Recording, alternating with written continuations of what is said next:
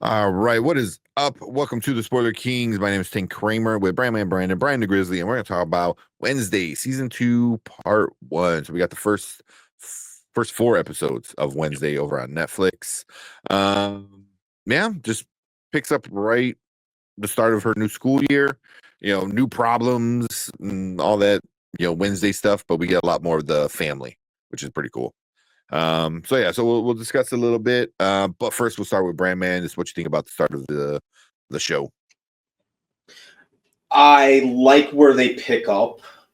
I like how they pick up with Wednesday more or less being worshipped and her just absolutely hating it. I thought it was true to the character and how she'd react. Jenna Ortega is I think she's very, very much in her element the second go around. Not that she wasn't before, she knew exactly what she was doing early on. Mm-hmm. I like that. I like where she is with losing her psychic abilities. It kind of makes things a little more interesting for her. So I think her kind of losing that ability was a good idea. I like that we're I like that we're seeing more of Catherine Zeta-Jones as Morticia. She's easily one of She's my favorite amazing, things about phenomenal. this season. She's Mm-hmm. great. I know that Angelica Houston is widely held as the gold standard. I'm kind of ranking, and I don't really like comparing, actors when it comes to a certain role, but I like I like what she's doing with the character. Mm-hmm. She's really, she's a great actress. So she's making it her own.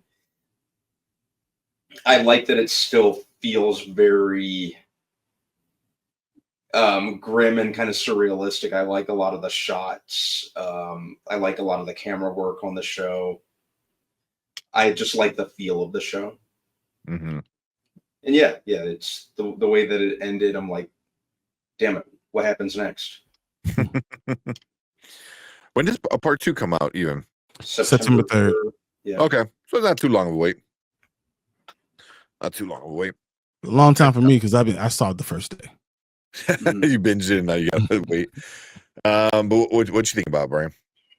I thought the Return to Nevermore was interesting. I love how they kind of set her up overall. I thought her doing all those things in the bonfire and stuff showed her to be how she's very naive and still young and still, that teenager that's trying to say, I know better than you do, all the rest of the adults. I liked how her mother starts to get more established and she kind of show her that, hey, I know what I'm talking about. I'm there. You keep on going too far, thinking you know everything, and you get messed up. Even when Wednesday's going after the serial killer and all that stuff, it never goes the way she thinks it's going to go because she thinks she's so smart that she knows everyone's actions, and she really doesn't. And literally, thing is the reason keeping her out of danger so many times. But it's hard doing that when you have an arrogant teenager that thinks they know what's going on. I think that's the basis where that she needs to grow up and start to understand that you can use the people that are out there to not get yourself in trouble, because once you get in trouble, you actually put all your people in trouble too. So the whole basis of this is second season is Enid trying to keep Enid from dying. Mm-hmm. And Wednesday is so concerned with Enid dying that she's forgetting about spending time with Enid. Yeah. Or talking to her mother about what the problem is because she thinks she can answer it by herself. Or looking in Goody's book, even though you realize it might be bad for you, and not realizing what's right in front of you with these other people right in front of you. And she's doing all these things, and she's just very much of a teenager, that's self-destructive, and that's kind of the appeal, because everyone who's watching the show, young or old, has been a self-destructive teenager. Yep. And then you love the darkness part of it too, the little bit, that morbid a little bit, and the anti, what do they call themselves, outsiders or outies or whatever, The What does he call it specifically? yeah. Oh, I remember. So, but that's Yeah. you know that's what it is. It's really based on that, and I think that it's a fun time, to see Nevermore evolve and seeing Wednesday try to evolve, and then her having to eventually talk to her mother about what's going on, and her mother have to deal with her trauma with her sister, and we're going to finally get to that. That's why I'm excited to see with part 2, because I think part 1 did a really good job of framing why she is the way she is and the mistakes that she's making. So I enjoyed it. I really did. Yeah. Same. It's just fun. Like it's more of season 1. Like season 1 was like, all right, here's a taste. You kind of like it, and then they're like, okay, we're gonna go some darker. We're gonna go more family. Because you bring Pugsley into the school. You bring the mom. Into the school. Morticia, becomes more prominent. And like bring her grandmother in there, her nana. Who's just an asshole. Just a horrible person. Jesus. But like just like because you got the family drama with Ophelia, you're like, oh, what's going on with that? And then you have the best friend drama with Wednesday and Enid and everything. And it's cool seeing all the because of all the boys and all that stuff, and how teenagers that I am scared to death having to deal with that with my baby. The school started today. So that's right. School started on a Thursday. Started on Thursday. Yeah. Interesting. Yeah, it's like the only day it was like if it starts on a Friday. It was like I'll be like I'm not going to school on a Friday. You can wait till Monday. But yeah, it's just everything about this is like really awesome. But I have to like hats off to Catherine Zeta-Jones. She is like Brandman said, she's amazing. She's such a good Morticia, and she plays it so well. Even who's it? Luis Guzman. Like I really like him as am I having a Gomez with Gomez? Because like he's so like so far is just like even when like they were about to like I guess like have a fun night, him and Morticia, and then Wednesday comes and sneaks in and kind of ruins the mood, and he comes back in with the liquor, and she's like she goes, oh, it's kind of the mood has gone, and he's like, well, later, kind of like walked away drinking the liquor. So it's like and like but he like loves his wife. Obviously, he loves his wife. And then he also like loves his daughter. So like he wants. Once again, another thing I can totally understand from like all parts. I'm like, man, yeah, that's we all understand. That's what I like about the Addams family. They're as weird as they're considered, they're a pretty functional family. They Gomez and Morticia like love each other to bits.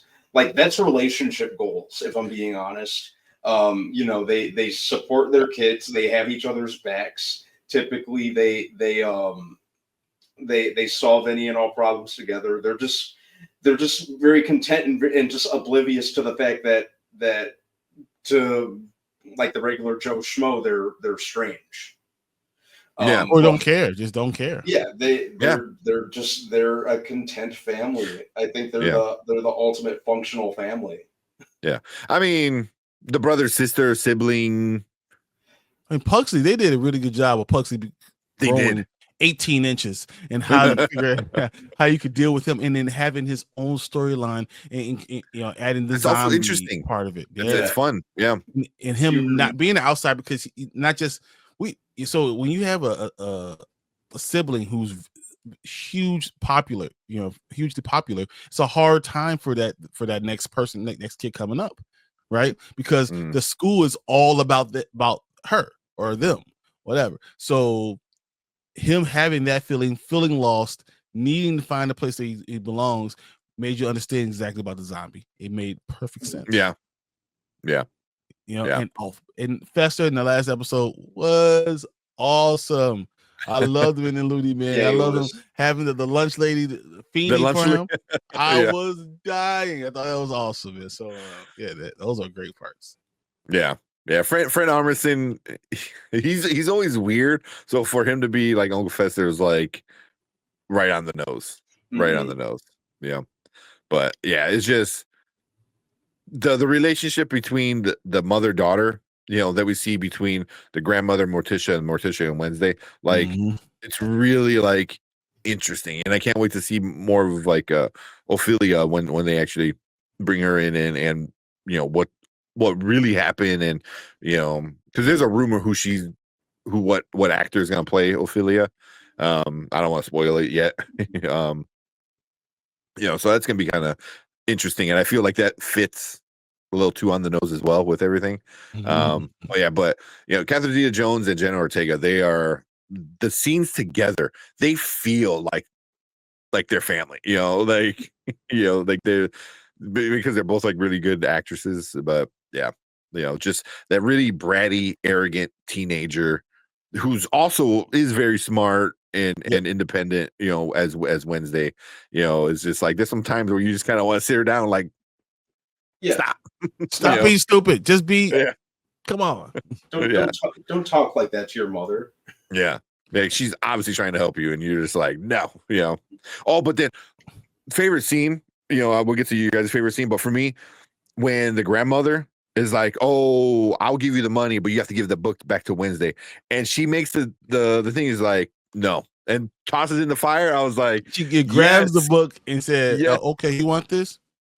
Yeah. You don't tell me what to do with my damn family. All right." yeah, yeah. She was basically like, "Oh, my family, my daughter's not like for sale, like I want the money, but it ain't worth sacrificing my daughter, like how you sacrifice your daughter, kind of thing, So You like, think yeah, Goody definitely Morticia being a badass. was that Goody's book or not? That's the question, because she made a look after she threw it in the fire. I don't know. How do you feel about Steve Buscemi being the new principal? It's Steve Buscemi. Exactly. It's Steve Buscemi. That's what it Yeah. is. Yeah, but he's a real dick to the one siren chick. I can't think of her name. Like he's kind of a real asshole. Bianca, Bianca. He needs her to do those things, things that he can't do. Yeah, but I like him as being was it the principal or headmaster or whatever he is there. I like him as that character. It fits him pretty well. Because he's kind of goofy. like they did the school song, and then as soon as it's done, he pulls on like "We Didn't Start the Fire" because they're gonna do like the bonfire thing. I was like, he's over there dancing like a dummy. It's like it's pretty good. But I'm like, I can't wait for season 2 or part 2, I should say. Part 2, yeah. Seeing Christina Ricci die. Spoiler alert: she dies. Yeah. Also seeing the other Uncle Fester from the movie. Again, Christopher Lloyd. Yeah. Christopher Lloyd. In this being one, being in the bottle, the man in the bottle. Yeah. So we got we got Christina Ricci, we got Christopher Lloyd. When's Angelica Houston going to show up? That's my question. What if she is Ophelia? That would be awesome. That would be awesome. That's not who it's rumored to be, but that would be awesome. But yeah. But I think she's a little too old to be Catherine Zeta-Jones' younger. How do you think? How old do you think Catherine Zeta-Jones is? She's like 55. 55, yeah. Yeah. Still, she looks great in Morticia. Yeah, she does. Yeah. Unbelievable how good she looks. I'm like, how? Yeah. How? Catherine Zeta-Jones. Yeah. She's knocking out the party. Who's like somebody who's kind of been out of the spotlight for such a long time. Like her coming in and being this role that is just so fitting, for her. But yeah. All right, so tell us who this significant person supposedly playing Ophelia could be. Oh, I mean, if you've seen the rumor is Lady Gaga. Lady Gaga, yeah. She's on the casting of everything. Yeah. Look for cast. She's there. So yeah. And then Jenna Ortega kind of teased that she's going to be in the show and she's not going to be a character that everyone expected her to be. So it's probably gonna be Lady Gaga. And it fits. It fits. Like I can see her being, in this universe, just because she is very and it's fitting for her as an actress, I think too, because she is very animated when it comes to like being an actress, and that's not a bad thing. I'm just, the few movies I've seen her in, I was like, she was never the problem in the movies that were she was in, so yeah. I don't know. Any good scenes that you guys liked a lot, or anything you want to see in the part 2? I think as far as standout moments go, I liked the I believe it was the 3rd episode with the with kind of the competition against the other camp. Because it was nice to see Anthony Michael Hall show up because he's technically another Tim Burton alum. Yeah. So it was cool to see him show up. It was cool to see Wednesday kind of be a team player, even though she had she did it for her own reasons. But it was cool to see her do that.